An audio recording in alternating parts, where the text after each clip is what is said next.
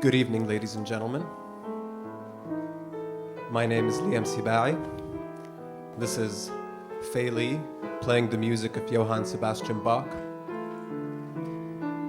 And this is a piece about loving your country. The footage you're currently viewing was shot in Lithuania. That's my partner Ugna. She's from Lithuania. She loves Lithuania, and I love her. We met in Belgium a few years back after I left my country because I fell out of love with my country, as one often does.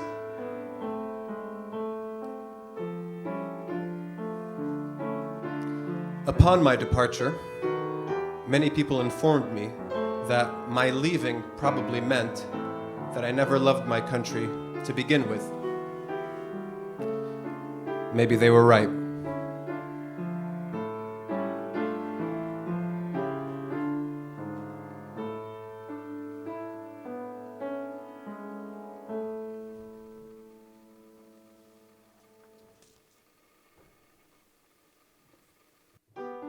You see, I'm from Lebanon. That's an L country.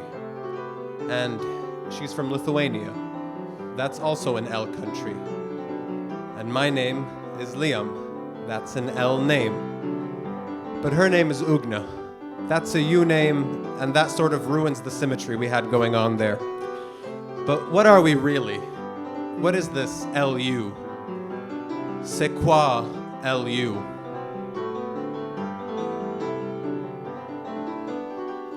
Le biscuit français.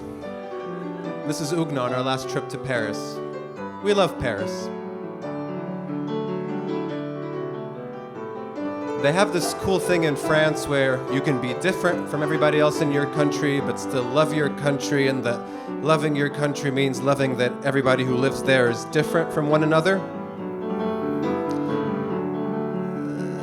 Sometimes it works.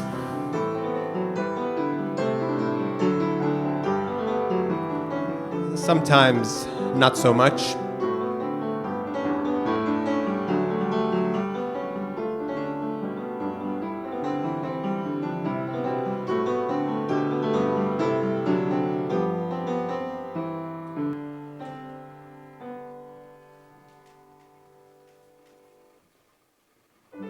The best articulation of love I've ever heard was made by Drake when he said, "If you had a twin, I would still choose you." This means that when you love someone, you love them, not their characteristics.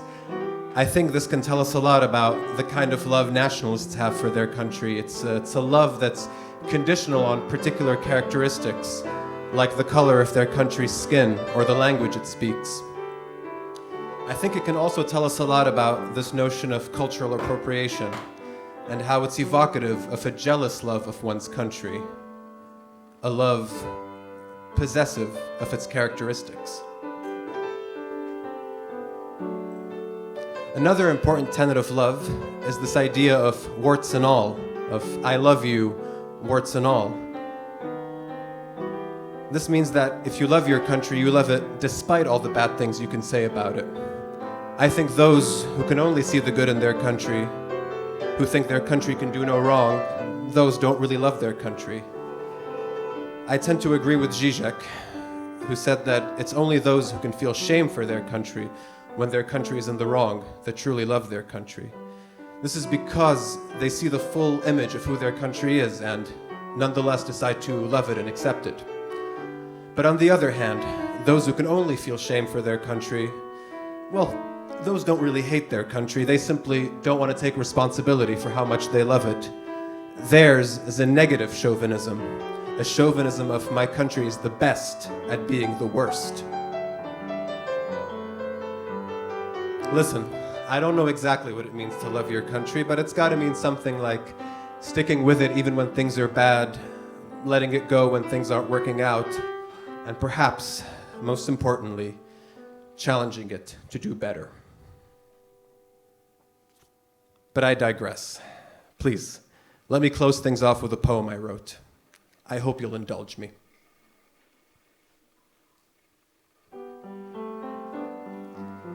أحببتك فأحببت بلادك، أحببت ليتوانيا.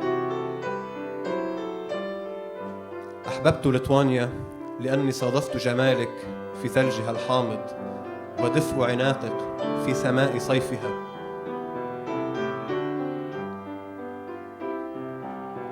أحببت فيلنوس عاصمة ليتوانيا لأنها قدس المغرب ولأن خصرها يميل جنوبا كأنه يشير إلى بلادي.